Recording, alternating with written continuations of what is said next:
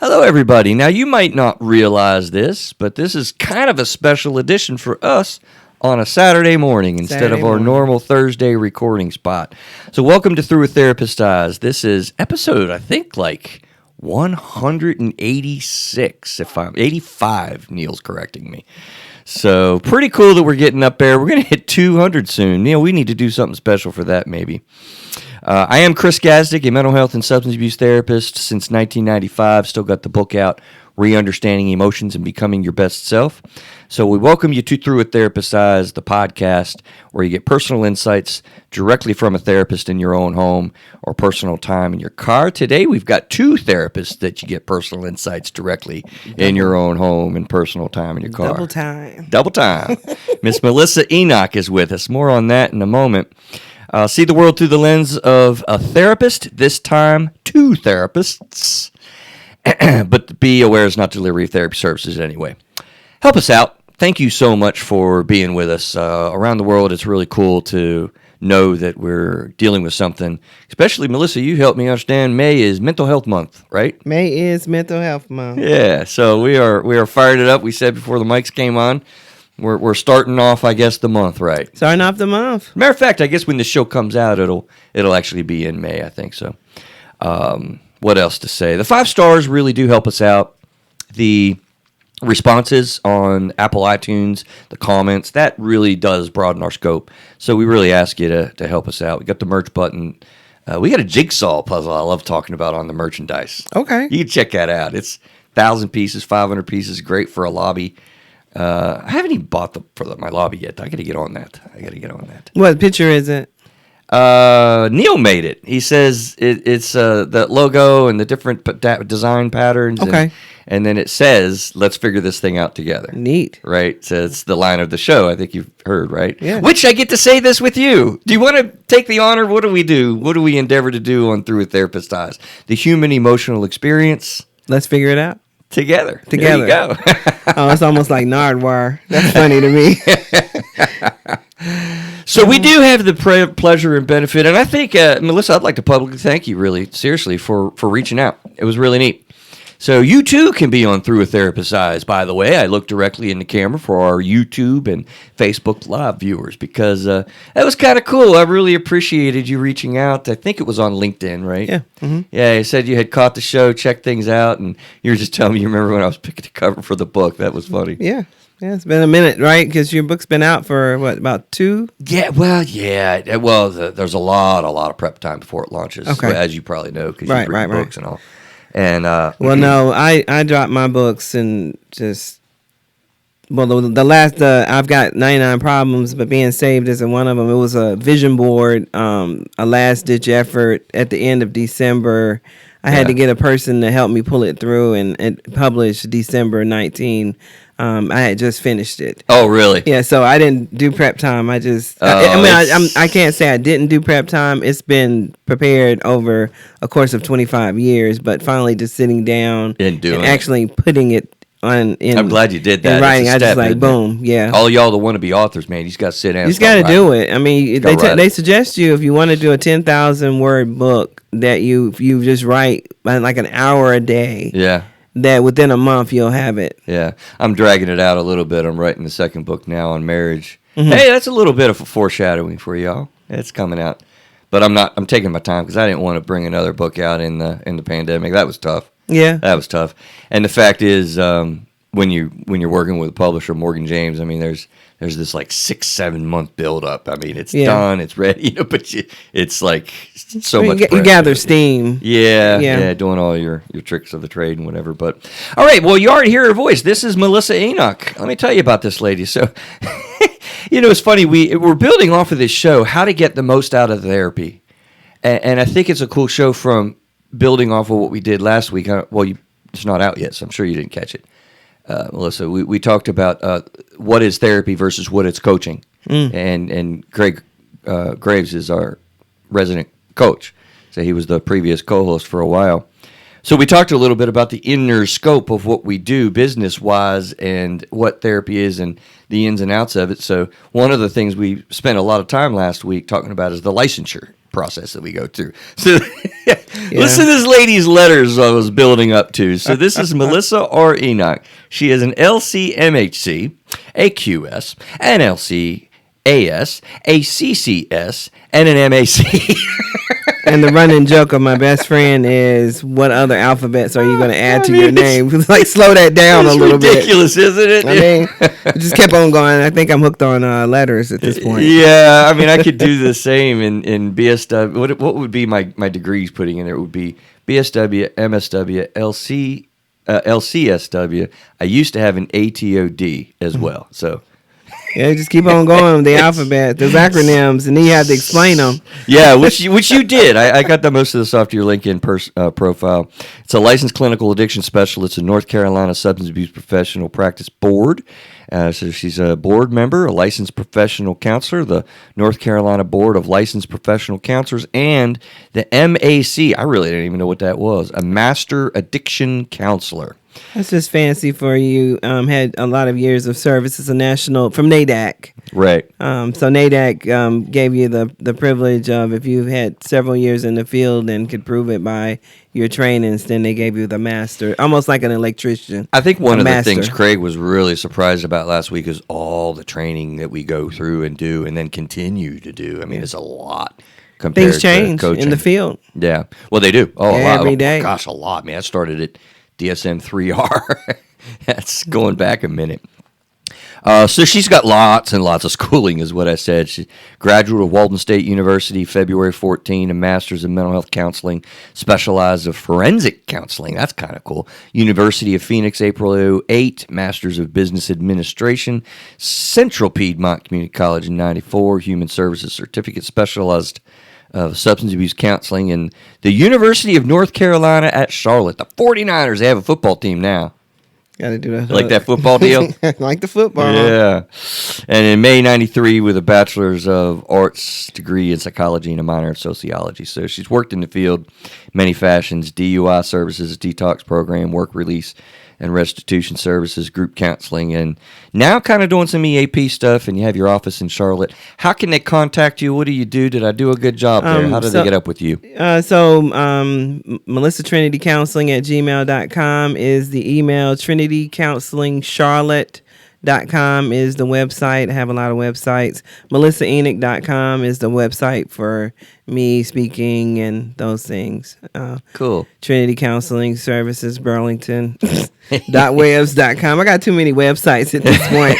I mean, the list just keeps going on. Neil, do you get all that, brother? Neil, don't even worry about it. I'll tag it. He's pulling the mic up. She'll email me that list Yeah. so I can go through it, but they'll be on the show notes for people. Right. Copy and paste. Copy and paste. So we'll get to the book in a minute, but it's funny. One of the things that I like about this show is through a therapist. I was right. I try to, pull people into the therapy office and then what we experience and how we deal with issues and things.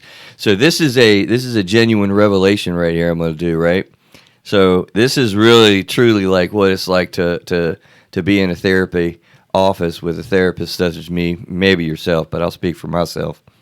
I didn't sleep well last night, and my brain is tired, and I am wore out. I was here. Watching Star Trek Odyssey last night, right? Oh, okay.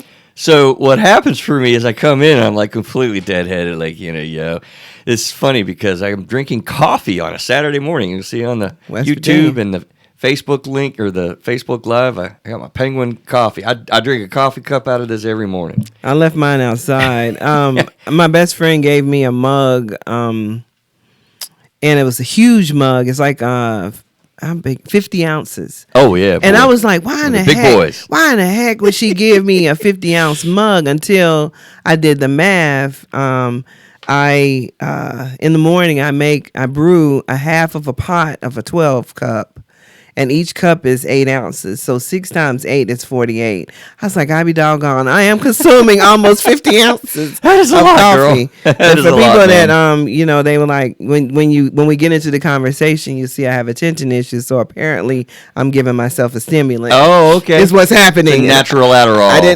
I didn't put it together, but that's exactly That's true. And if I don't have it, I go through You'll be scattered withdrawals. I'm scattered. Yeah. My I say my recommended daily allowance is what I say. Yeah. I get headaches. I mean, everything happens, and then deal. I guess Big there's deal. a guy that is selling, and I'm not gonna promote his, but it's some type of whatever, but it's supposed to take you off of coffee. Yeah. And I'm a real coffee addict because I'm like, I don't even think so. Big Like, thing, I'm not doing that program. I'm not doing that program. I think not. Well, you know, I'm actually a decaf guy. No. No, I'm a decaf guy. Yeah, I'm back to my decaf ways, but not today. today I got the real stuff. And right then, Neil, as a real person that uses, I'm like, decaf, the heck? What the heck is that? Yeah, it's I good. switched to half calf. I drink because I cut out soda. Uh-huh. I switched it a lot to coffee. I have to drink half calf or I won't sleep. So I'll drink Wow. I do like 3/4 of our pot between my wife and me. And I had at one point, I'm like, okay, this is not good. And so I just drink a lot. I guess of you half can calf. taper down. I guess if I really put my mind to it, I guess that might be it. But not you're today. in the field, you know to do that. Yeah, but not back today. to my point was that look, there's sort of a gearing up, isn't there? Yes. I mean, you know, I'm more alive now. I've started my coffee, but I'm in the conversation now. And when I don't know about you, but when I sit down with somebody, it's kind of like even when I'm in that, like, boom, I come in and like, And you tell them. I'm switched. And when you go into therapy, like you just told me that, and I acknowledged it, and so at this point, you see me gear back.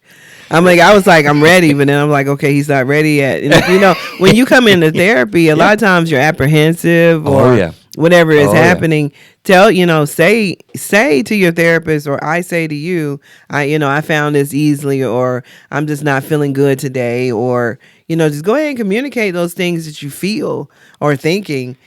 So to just get it out on the table instead of, kind of, what I mean, it's not even a fake it till you make it, because this is a relationship that we're building, and it's got to be an open and honest one. So, it's a really good teaching point, and I appreciate that right off the get-go. How do you make the most out of therapy experience? Well, your point there is very well taken.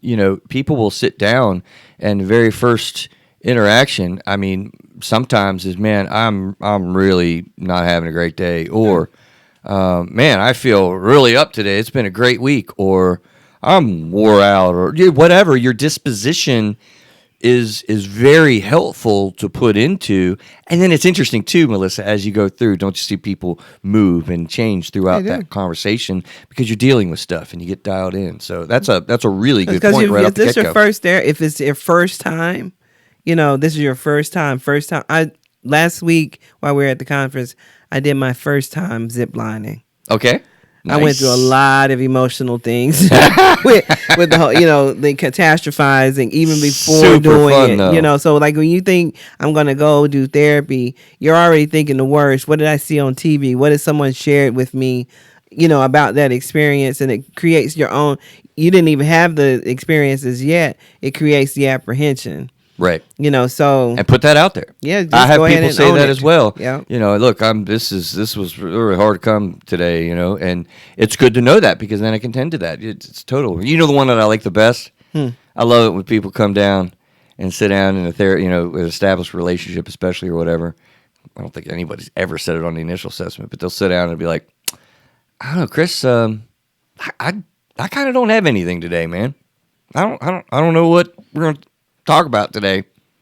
And inevitably, I don't know what you found, but that's when the good stuff actually comes out in the therapy process, man. That's when you get to. Well, I just thought, they. I had an intern that sat with me, and he told me that he used the term, and it bothered me. Ramble. That's what he used, the word ramble. And so I told him rambling is walking aimlessly without a direction. Right. But I will interact with my clients, and I learned that there's a term for it, and I didn't realize that it applies to the manner in which I wrote this book. It's called narrative. I looked it up, narrative health.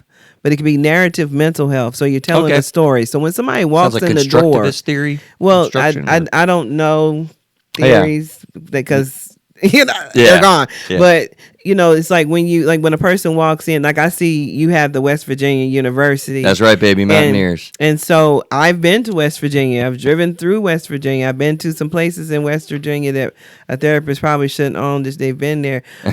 Come on now. Charlestown, the track. Yeah. There's a track like just past the capital. But so I know so that's where I know West Virginia. I think it's in Charleston, right? Charleston, I think West I had a Virginia is the coworker that was actually, he went to West Virginia. His name was Jay. Okay.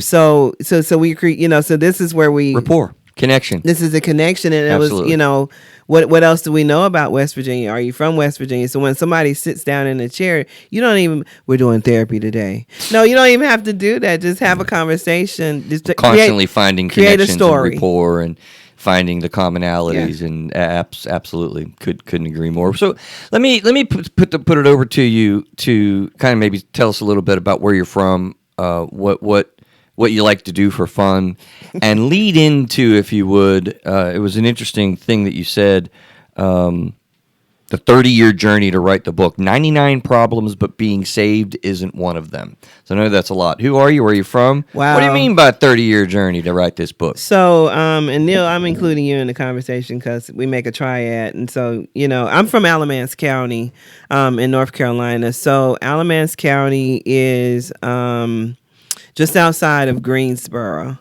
Alamance County is a rectangle. It takes 5 Alamance counties to make a Mecklenburg. That's how I have to explain to people. It's a little smaller is what that is. It's a really small town. So I was raised there. Even further back, I'm an adopted child. So my parents adopted me at the age of 6 months. And what was interesting is my mother told me the story of being adopted at the age of 4, which I guess she thought I was mature enough to know what that meant. But she was like, we loved you, we found you, we picked you out. And initially, I believe that my parents were from Forsyth County. I later learned they were from Gaston County, and I learned that around about when I was a sophomore. And I have to add this, Neil. My high school, my elementary school was Haw River. Okay, so Haw River, and one of my class that's back in the woods somewhere. Where my coworkers used to go, Haw River. Oh my Lord Jesus! Awesome. Yes, but no. And then the name of my middle school was Graham Middle School. Guess what the mascot was? Satan's.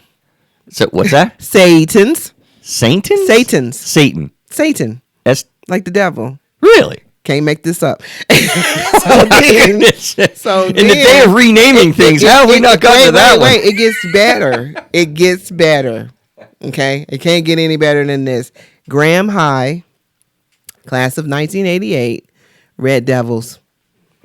I should have brought the mug just to hold that up. Yeah, you got to prove this. So if anybody Facebook Live is from, if they're tagged, if I'm tagged in this, Melissa Enoch, confirm that's what so really we're happened. talking to a satanic red devil. Right. And I mean the shirt. And I mean that as a joke. And I get it a lot. I mean, I literally have the mug. I mean, we had to, you had to buy the PE shirt. Gosh. And the PE shirt was the actual devil's face, right? Oh my God. So then even funnier, Neil, it gets better. And I'm a Christian, so it gets better. Yeah. So what's even funnier is they decided they were going to rename the school. Well, yeah, that's what we do now. And they were like, so now Grand Meadow is called the Falcons. The Falcons. But they were Great. kicking and screaming, so they didn't change the Graham Red Devils. But I can't make this up. We had the PE shirts and everything with the real devil head on, or what we might imagine that the devil's pitchfork and everything is on it. So the Mountaineer has a musket rifle. Right. I guess you got so crazy. The other part about Alamance County, and I would have to say is probably one of your more racism field. I mean, we have a Confederate guy that stands in front of our courthouse. I didn't even realize he was there, who he is. I don't even in know. Gaston County? No, Alamance. In Alamance as well. Don't even know who he is, why he's there, right? Yeah. And so when they took down Silent Sam at UNC Chapel Hill, they and then Durham, I guess they were going to take down a statue there. They decided to make their way to Alamance County and had basically had a standoff, and now it's encased in a $30,000 fence. So when people, say, well, where are you from, or your experiences with racism or discrimination, I have to say I'm from the more racist county possible, and how did we live there? Well, my mother, she passed in August of 2020, my adopted mother. When I say my mother, I mean her. So when she passed in 2020, her whole thing was she started working even before segregation in the mills of Alamance County, 1964. And her whole thing was just pay me. You know what I mean? And let me go about my way. Let me take care of my family. So I didn't, like the conversations we have now about racism and things, that was never a conversation. Matter of fact, I would ask her about like coming through life in the 60s, coming through life in the 70s. And that's part of my book where I do the whole timeline business. So that's a lead into that, like the 30-year journey. The 30-year journey really started even earlier than that. My whole life has been a journey. My mother's life is a journey. It just kind of how you progress and the interactions you have. But then, so I graduated from Graham High. That was like a run-on sentence. But I graduated from Graham High, and in order to find my adopted family, this was my mindset. I only applied to UNC Charlotte. Now, had I have not gotten in, I don't know what would have happened. I knew I needed to get out of Alamance County. I knew that much, but I didn't apply to any other college, and I got into UNC Charlotte. When I came to UNC Charlotte in 1988, it was 12% black. I came into a UTOP program, which was the University of Transitions Opportunities program. It was 2 professors, and they wanted to bring in minority students so they can get acclimated to college. And I'm glad that they did that, because had he not have done that, I probably would even been more lost than I was. But I was, some of the things that were taught there. So I graduated from UNC Charlotte. UNC Charlotte, I think, is coming up on their 75th anniversary. I didn't realize it's been around that long. Yeah. Well, yeah. And so what they did is they interviewed some alumni. And so I actually have an interview in the alumni library. And so then one of the early cats. Yeah, exactly. Well, 30 years, 33 or 35 years. But then they actually interviewed for the 75th anniversary. So they're going to publish a book, and then I'm going to be in that as well. Oh, that's cool. So I'm really happy about that. Yeah, that's why neat. I ended up settling in Mecklenburg County. I didn't go back to Alamance County till 2008, 2009. So you've had a lot of travels. Give us a real quick, because I want to get to some of the things we're going to talk about. What's in the book? What do we got? So it's an interesting title, you asked right? me what I was interested in. Yeah. I like rap music. I've been inundated with rap music. I'm actually older than rap music.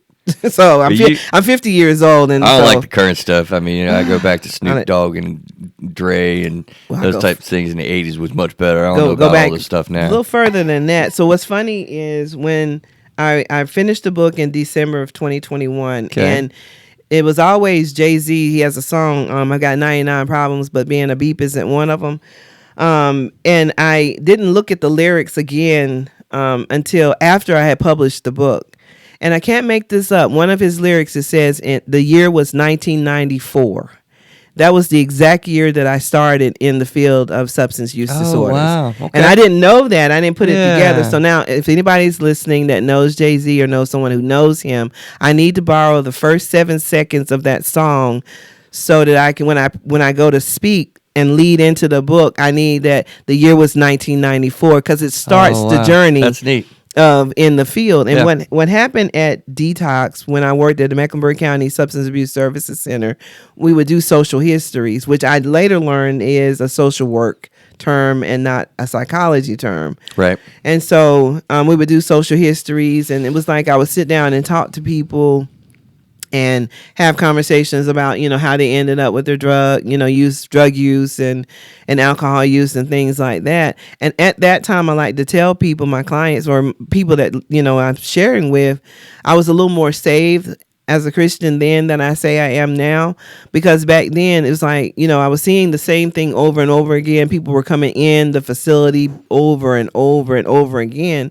And I talked to God and I said, well, God, what is happening? What am I seeing? And so he began to give me information. He was like, well, this is what is happening. There's a progression. There's actually a scripture in the Bible that says that the spirit goes out and it seeks and it returns back 7 times stronger. And so that seeking and the 7 times stronger, I began to list the different issues that people would present when they were coming into, say, the detoxification facility. It was further solidified when I began to work at Mecklenburg County Work Release and Restitution Center. People were coming in because of the crimes they committed. And a lot of times they would make a lot of excuses. And I was a little more critical. Back then, I wasn't like a good therapist, like wanting to listen. Please tell me your issues. Let me help you with your problems. I was like, dude, you got $200,000 worth you owe in child support. Smack, smack, smack. Have you ever thought about not, like let using me a condom? pause you there real quick, and for a reason, right? I know, right? It's because it is there's a different flavor there. And so what's interesting, and we'll get to this here shortly, you've done a lot of substance abuse treatment. That was primarily. And it's funny because I started out the exact same way. Actually, right when I finished my undergrad, I did a DUI education course. It was the 18-hour course to get your driver's license back. That was my big start in the field, which is where I got a lot of my substance abuse knowledge starting from. Mm-hmm. And so you've done a lot of mandated therapy. We're going to do a segment here in a little bit about, voluntary versus mandated treatment and how to get the most out of that. And so there is a very different flavor, and you were just talking about it. So therapists that might be listening to this show, I want you to understand, would you agree, Melissa, it's a different, particularly the old school substance abuse, you have to crack through the denial. You have to, get into somebody's space to deal with them looking at addiction that might very well be a part of their life, as opposed to some of the other things that we might do in mental health side of things. But I'm just trying to make the distinction that that's exactly what you're describing. Does that make sense? So, even when when I worked at Mecklenburg County Work Release, that was mandated. The detoxification facility, technically it wasn't mandated because they walked in. Yeah, detox wasn't. They walked in. And then when I went into private practice, and I didn't call my facility private practice. It wasn't until of late that I identified it as such. It was just I opened a facility to do education, enrichment, and enlightenment. It just so happened that I was working with clients. I realized later that, I'm in private practice. Gotcha. And I've been in private practice for 18 years. So I'm not a good term person because it puts you in a box. Right. I work in, most of the clients that I have don't work in boxes. They're not in boxes. So I think that's where we meet at. Right. We're not in boxes. Don't put a label on me. Don't identify these things. But I feel like, even with, say, the DWI services, that's a mandate. You want to get your license back. Yeah. It's mandatory. If you're on probation, you want to get off probation. I began to realize, though, like with employee assistance, technically, that's a mandate. You something is happening in your life, and if you don't take care of it, it's a man. Well, there's a big distinction there I want to lay out when we talk about that. Is there are sometimes I do mandated. You got popped with a drug screen, or something happened at work where you've broken a law or a rule there, and they say, if you want your job, come to the EAP services. But employee assistance programs, we've talked about on the show a lot, it's there for you as a part of your company to engage a therapy process that is totally voluntary. It's your own decision. It's your own life. Yeah. And so I know that stuff is very confusing for people. But I hope that, but most of the time it's because something's going on. Absolutely. Like we all have a little bit of a mandate to deal with ourselves? Right. So so loosely term a mandate. If something is going on, that's mandate. The dysfunction is happening in your life, so that mandates you to want to alleviate that dysfunction. Got to deal with it. And I think that's where a lot of people. I don't need therapy. I don't need to go see somebody to talk about blah blah blah. There's all the mentality out there very strong. Let your family off the hook. Let your family be your family. Let your mothers be your mothers. Let your sisters be your sisters. The person that you're turning to, they're going to be biased. Whether they're going to align with you at whatever you bring to them.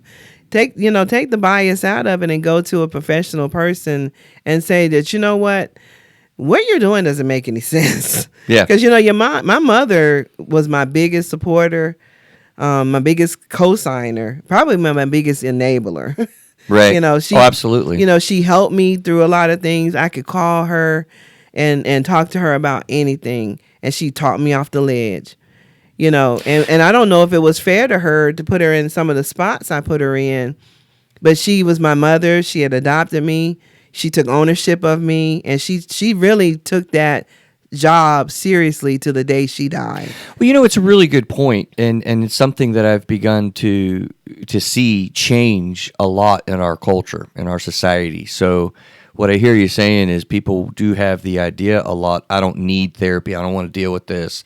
But it's so listen to this definition that I came up with, and I'll ask you, to back me up or kind of think of your own thing.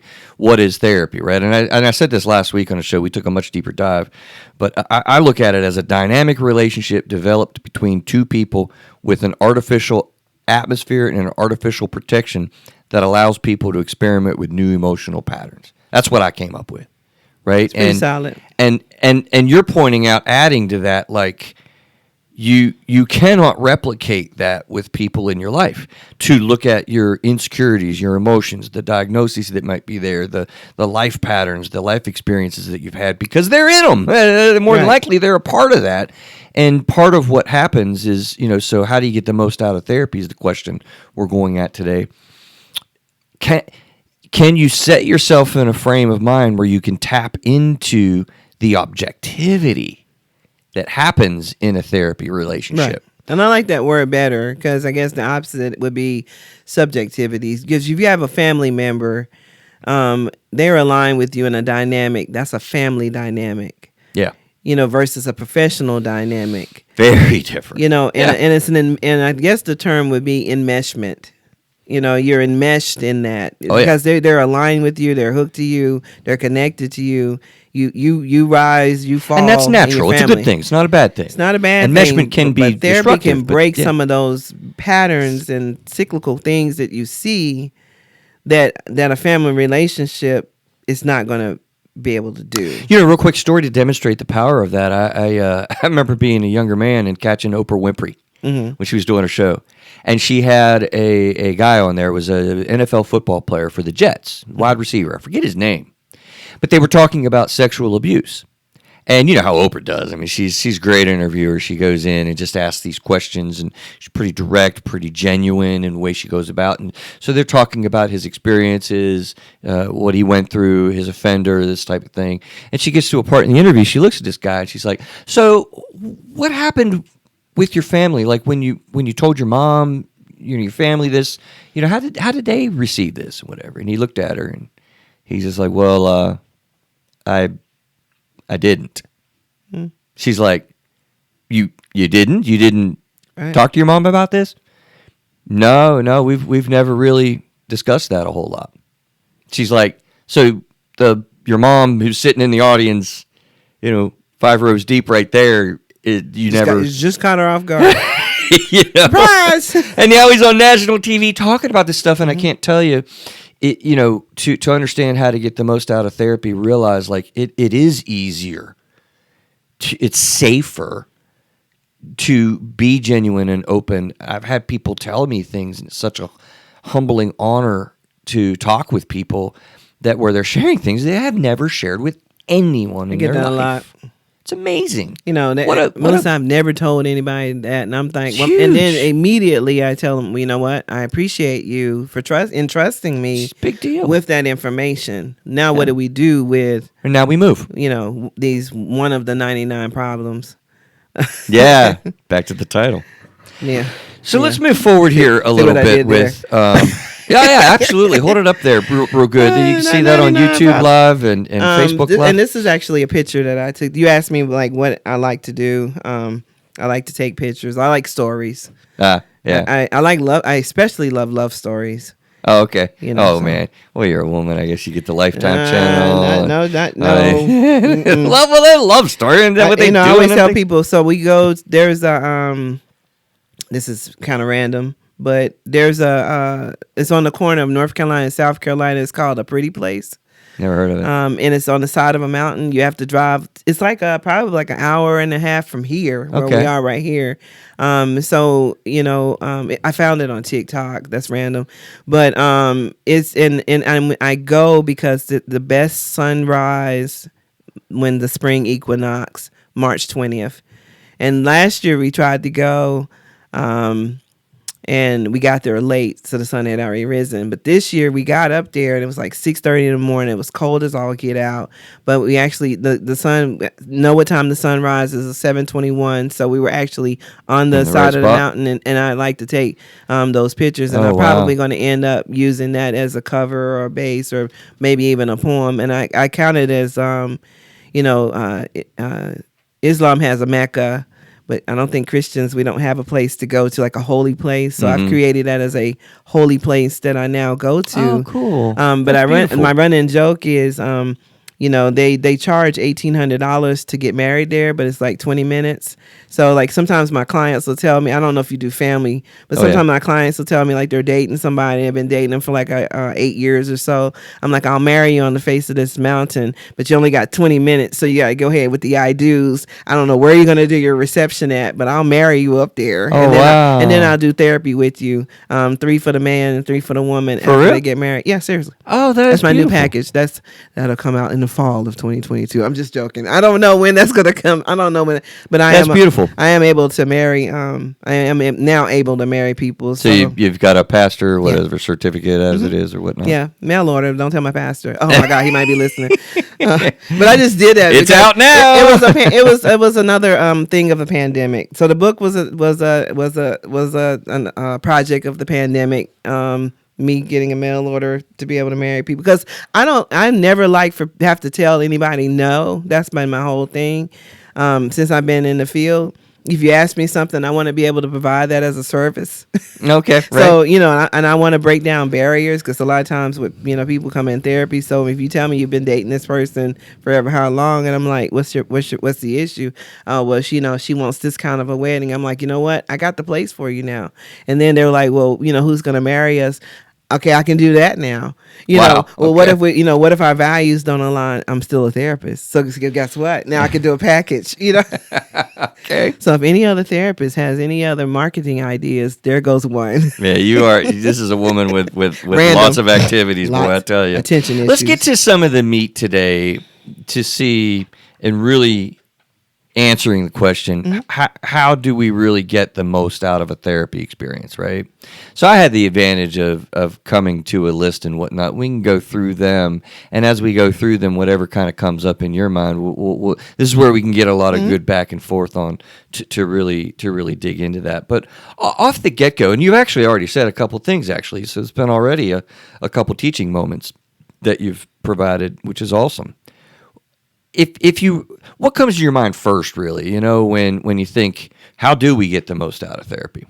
If I'm a client sitting, come with an open mind, come present with, there's something that's, going to happen. There's going to be an experience or an adventure, if you will. Journey. That's what I like to think of. When you come into it, not really thinking about the negative aspects of therapy, because some people believe it's a weaker moment when you have to actually go outside of yourself. I hope that's becoming a little bit more old school thought. Well, though. It's still there. Isn't it? I mean, how many boomers are there really? How many baby boomers are there? How many Gen X are there? I think Gen X is the last. The diagnosis. I just got to say it. I love to change that word weakness into courageousness. Well, it is a courageous reality to do what people do when they come to us, really, I think. So one part of the timeline, some of the aspects of the book, as you look at, things like baby boomers, what's the age group? Gen X, the last age of the Gen X group is 1979, I believe.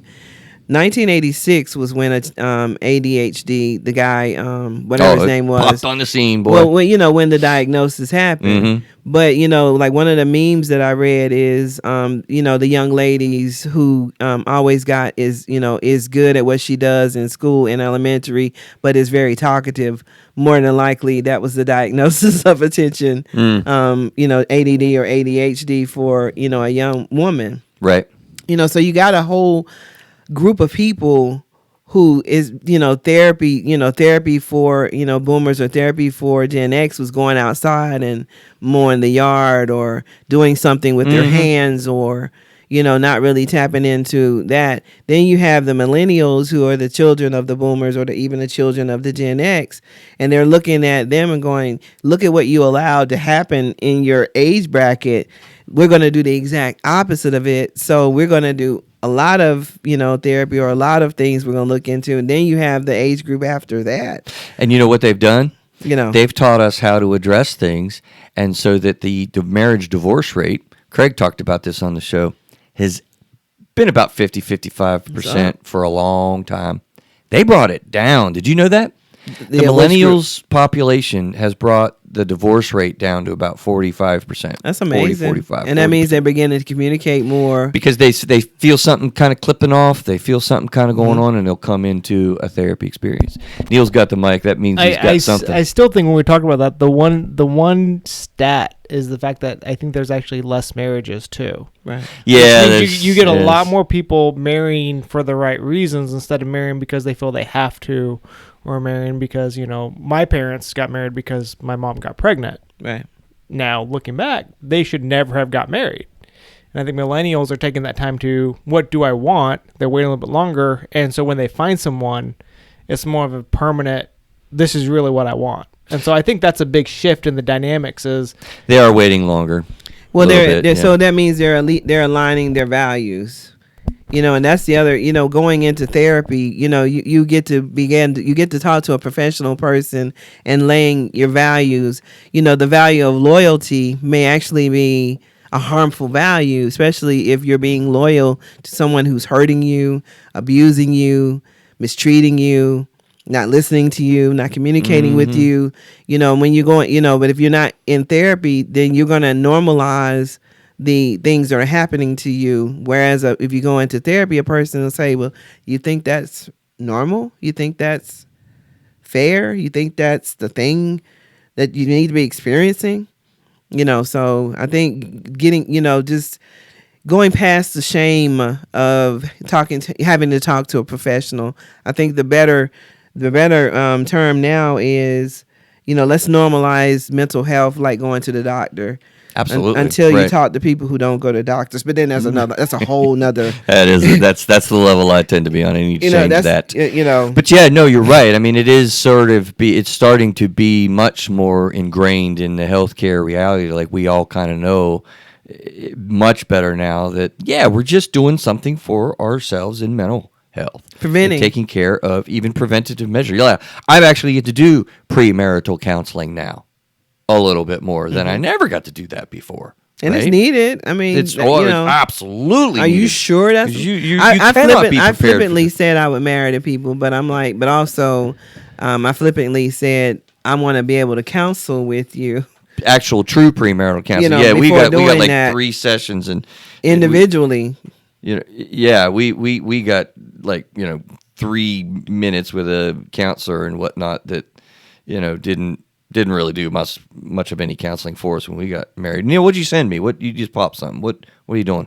He sent me a text. I'm like, what are you doing? It's just the statistics, the census from 2021. It's interesting dynamic when you look at the shift in relationships, the shift in ages, the shift in marriages versus single households versus. It's just kind of an interesting demographic shift. So I just wanted to kind of give you that. You don't have to look at it now. I just before I forgot, I sent it to you too, so you have it. Thank you, I appreciate it. But you hear I'm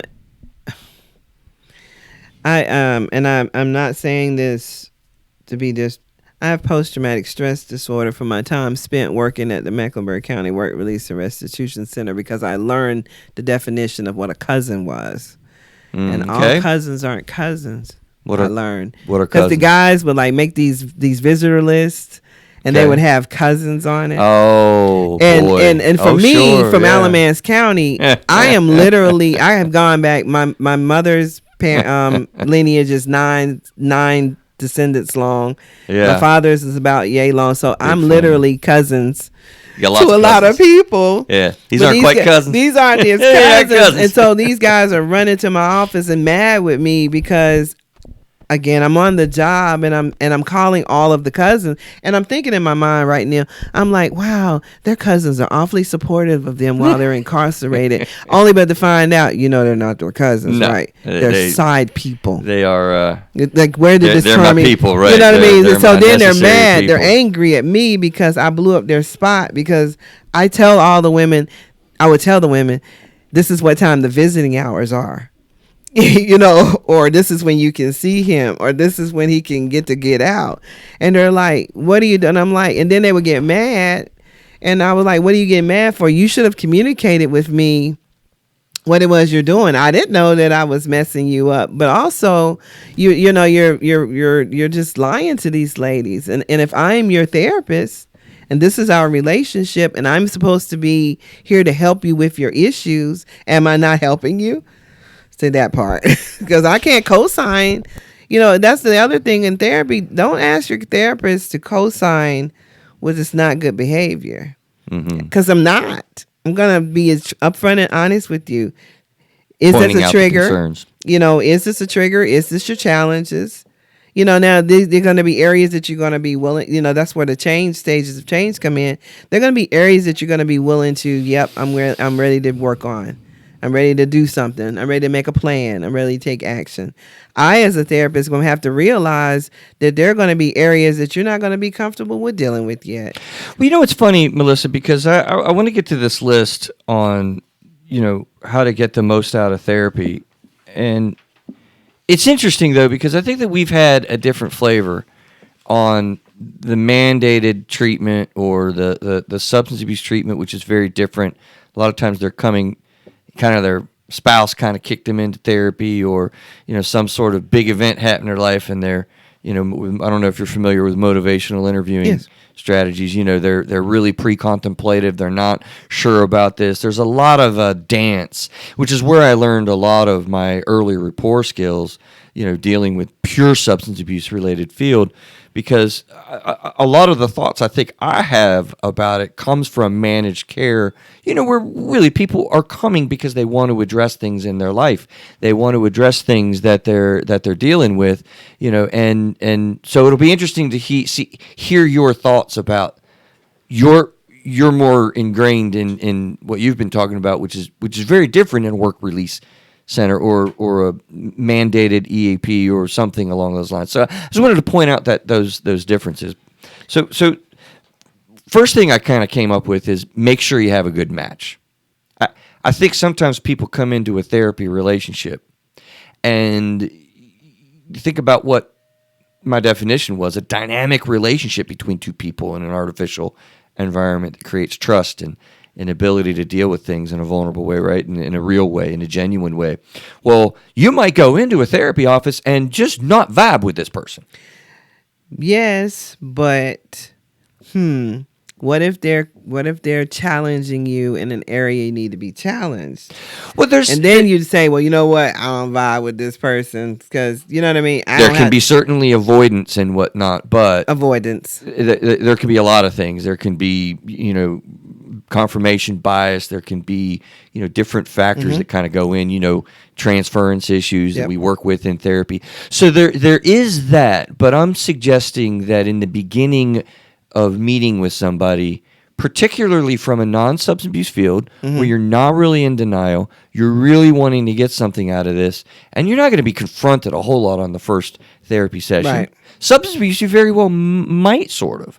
Right. Particularly in the mandated realm, because you have a time-limited space as well. Like I said, there's lots of differences. I don't know about you, but when I'm doing those types of services, it is a very different setup, because you really it is okay. I want to say to say I'm uncomfortable in this circumstance and I want to try another therapist. And that's fair. Right? Yep. So here's my with mandated, it's time sensitive. Right. It's very different setup. So you might get, and then I realized. So it took me a minute to adjust when I began to see people individually versus say working DWI service. You've done groups and stuff. Doing groups, because I know I have 8 sessions to cover what I'm required to cover for the state of North Carolina, what I'm required to do. But then what I realized, it took some adjustment, and I've made it so with like employee assistance, you get 6 sessions. And then so now you got to go back to your training. I'm not going to open the door that I can't close. So we have 6 sessions. What is it that we can do in these 6 sessions? And that's where my back. Have you done much, back Melissa, too, with longer term insurance? Using. So I have a few people that has been. I've had a few people that I kept a year. Yeah. And the timeline was helpful.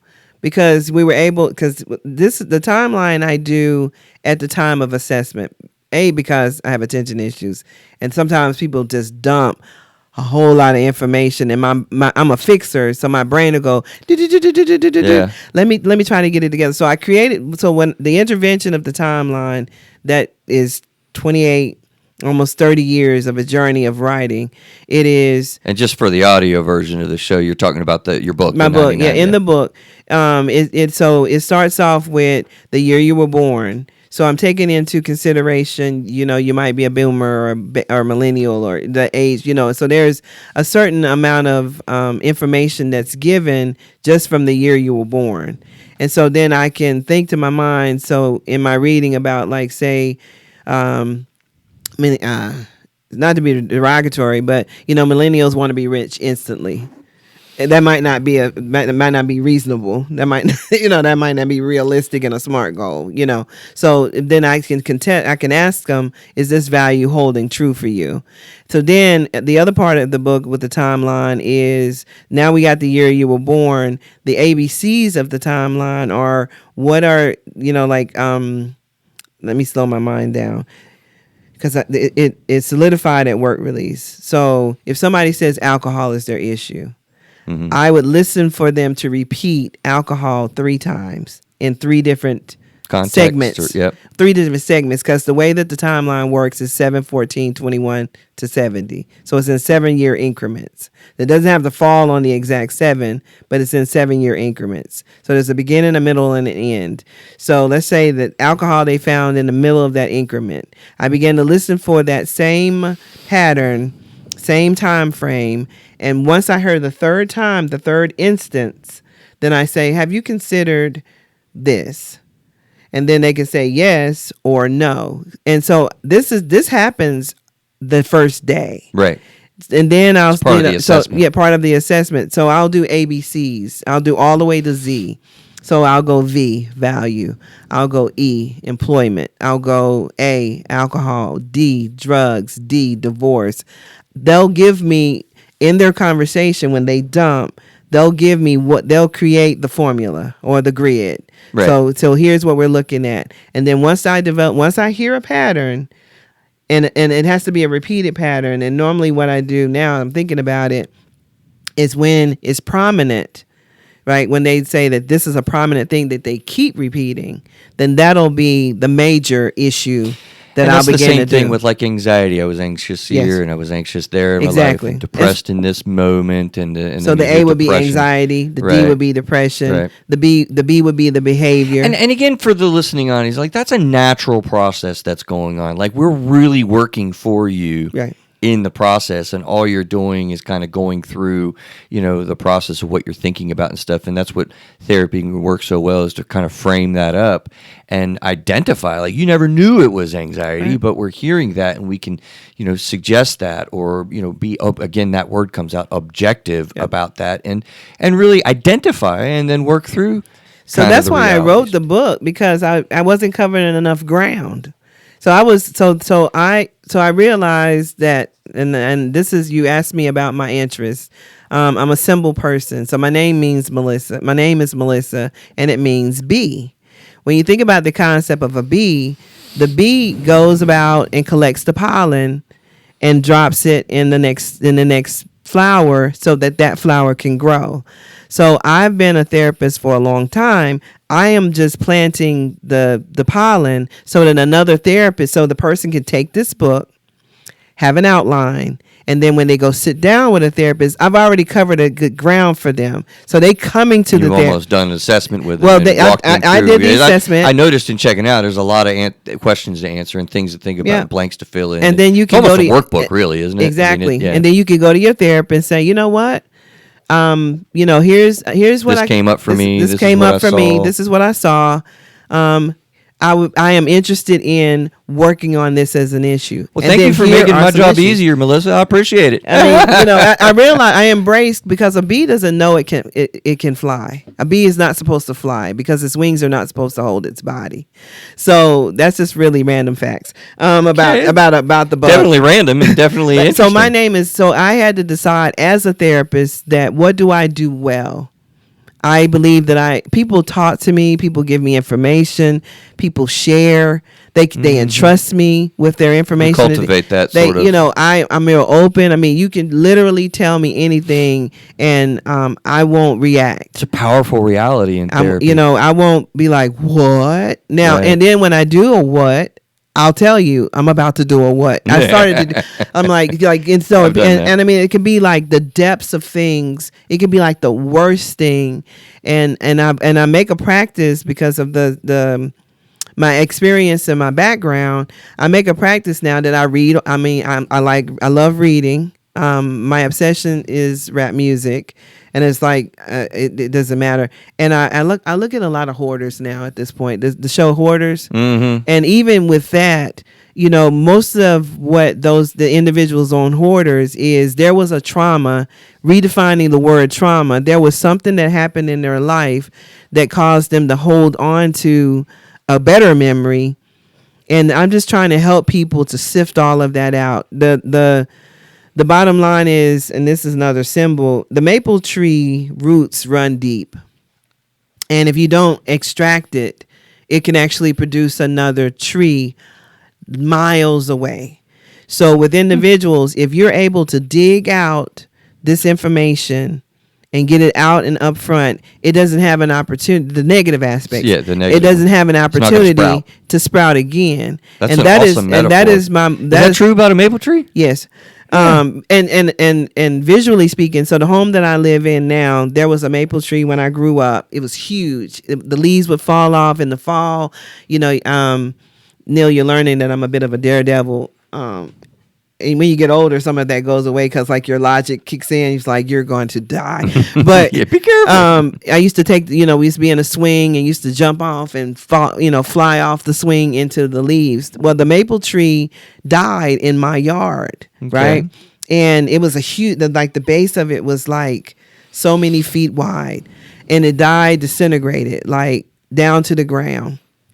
Well, no, I can't make this up. There's a root that runs underneath my storage building, and there's a whole nother maple tree on the other side of it in my neighbor's yard. Oh, cool. And you can literally follow See the the root and see where it comes. And way back earlier in my years when the timeline first was thought about or the vision was given, I used to think, I worked with some people that were in construction, like excavating, and they tell you that the height of their building is how far down. You have to go almost triple down into the ground in order for that foundation to be solid. Mm-hmm. But if you go down there and you don't find, remove the boulders, then it's going to create cracks in your foundation and it's going to basically destroy it. And so, well, you like metaphors, and I do, because in the field I've watched. You can understand. I use them a lot too. So many people relapse, return to use. Mm-hmm. Even in, even or just patterns of behaviors began marital patterns and emotional over patterns, and over and over patterns. again, and it destroys. And I just made a point that I didn't want to see that anymore. I've lost colleagues to relapse, to suicide, to death, sickness. I mean, they tell you like with fibromyalgia, the trauma that you experienced in your childhood is as strong as the fibromyalgia will be. And if you can begin to, when you're stressed, it's going to hurt more. I mean, everything is so connected. So, the 99 problems, Identifying what those are, because they're damaging. And I think leading in for May is Mental Health Month. The stigma, the shame has got to fall, because it's hurting and I think we're harming doing everything. a lot better with that. Look, I think I kind of want to do a part 1 and part 2. I don't think we're going to be able to do that, I know we're not going to. So let me read down through this list that I think will be helpful to people. See what it does in your mind, Melissa, and then, boy, I really wanted to spend a little bit more time on mandated versus non-mandated Next time. mandated therapy. But yeah, see if we can get to it though.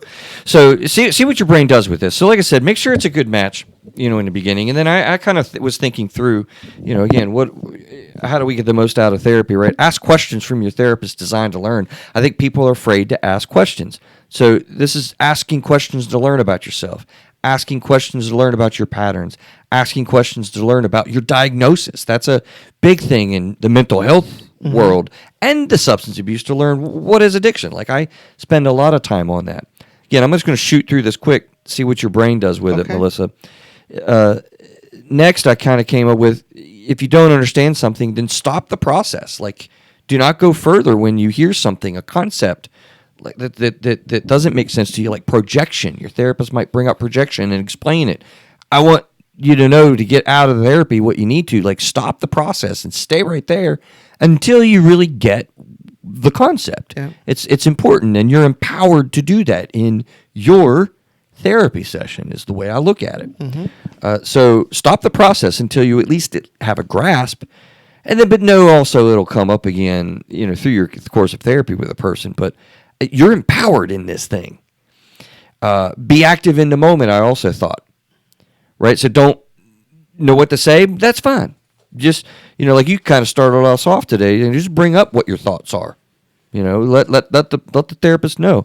And then we work with that stuck, and actually just letting know what your thoughts are prevents being stuck in any kind of therapy process or moment. I came up with, next, understanding that it's a collaborative effort. This is not like your therapist working at you. Me and them, no. Right? Did you say amen? Yeah. It's not me versus them. It's back and forth. We're here to help. I say every day that I do a recording show, let's figure this out together for a reason. And I've started to talk about that. It's naturally come up, but you get what you put into it. Like, this is a back and forth kind of thing, that if you really understand it's collaborative, just like a doctor, they can't really help you that well if you're not giving them your symptoms and giving them what you're experiencing. So you're working with us. And do some of the work in between the sessions. Practice, that comes up in your mind. Yep. Do some of the work, whether it be journaling, reading, thinking, meditating, what we're talking about, and then maybe be prepared when you kind of come back in. It's an excellent point. Because it's I don't want to use the word, because people have an aversion to that, to the idea of work. So what's another word to be used? Therapy work versus something else that you're doing. Something that because you're exploring. You're exploring. As a matter of fact, I have a metaphor that I'll give to you that I really feel like reframes that intimidating reality. And I'm slow in the uptake. This is actually fairly new in my career. But I hope you're still tuned in with us, because this is huge, I feel like. People are afraid to do the work, to dig deep, because of the concepts, right? Going down to that freaking root that you said with the, I want to say mulberry bush, the maple tree, right? Maple. Well, I don't think you have to do that, Melissa. You don't have to do that. Here's the deal. You have insecurities and things that are in you, and we suppress them. We compress them. We compartmentalize them. We do. And it occurred to me really just a few years ago maybe, that if you prevent yourself from spending an incredible amount of energy to keep things down, pushed way down. I mean, sometimes we can push them really deeply, even so much so that we don't have memory about what happened to us, like with psychological repression and trauma. So what I like to reframe is, you don't have to do that hard work. And what I mean is, you have to spend less energy and just allow what's there to rise. Because what's important will come up. Thinking about construction, project management, there are segments to the building of a building. there are segments to the creating of found. There's a business plan. There's plans that go into it. You have plumbers and electricians, and they don't even come in until the end of the thing, but you have the excavators. And so, just like I would consider myself to be an excavator therapist. I'll help dig, let's clear the way. Now, there's another, you're a family, you might do family. So let me turn you over to Chris now. Let's do, he'll help you to do a repair of the family. When you're done with them, right, that part of the project, then you turn them over to, maybe employment or some other. There are enough of us spread out that you or I don't have to feel like we need to carry the load. Here's a new metaphor that just pops to me, because I think that, don't get me wrong, I mean, I dig around deep, and do the excavation, and we bring things up too, but I think there's a really good reframe in allowing things up. Think about it this way: if you've got a really deep lake, right, and you got to get to the depths where the emotional treasures are that are creating the problems, if you will, in life. Well, how about if we take the water out? Okay. Right? Or get a diver. You can get a diver. I might not be the diver. We can go scuba diving if you want. Yeah, but I can't swim. And that's not a problem. But I think what we can do is drain the lake, and then you have the ability to see and work with and manage and bring up, what's going on.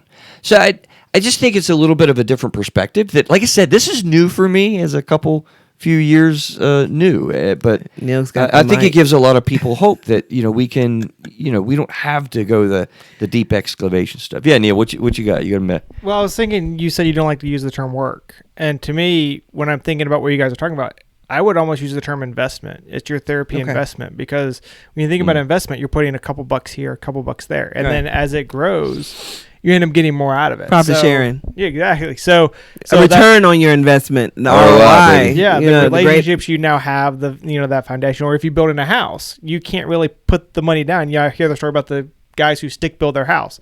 They go in one weekend, do the foundation. Next time they do the frame. And once they get a little bit of money, it's that slow investment, but what you get out of it. And then the value and the pride that you have because you did that. We're crazy with the metaphors right now. By the way, we got a taxi in for a landing here. But I got another one that you just kind of brought up for me, Neil, as you're talking about that. In countries, I don't know that it's just really. Yeah, well, I came across it in third world country when we were traveling. Where were we? We were in Mexico. It was called Cozumel. Yeah, we were in Cozumel, Mexico, and I was talking to a local. And what they do is they get enough resources and they build their kitchen, and that's their house. No walls, whatever, and all this. But that's what they got enough for. And then you get a little bit more life resources, and they buy some more material, and they build another room, and then they get a little bit more later on resources, and they add on a third room, and they build some walls inside the house, and you build. And I think, that's what we're doing a lot of times in therapy. We're building a process. So, and I think that if we want people to get the most out of therapy, don't try to eat it all at once. Good point. Really. Don't eat it all at once. And I think we get because if you're anything like me, you get overwhelmed. Terribly overwhelmed. Or you get so overwhelmed that you just give up, or you get angry, or you get frustrated. So I hope that what they take from through both of our eyes, and even we appreciate Neil and his adding into. Yeah, he's awesome. I appreciate him also. Adding into it is a lot of times the fear. Terrible fear.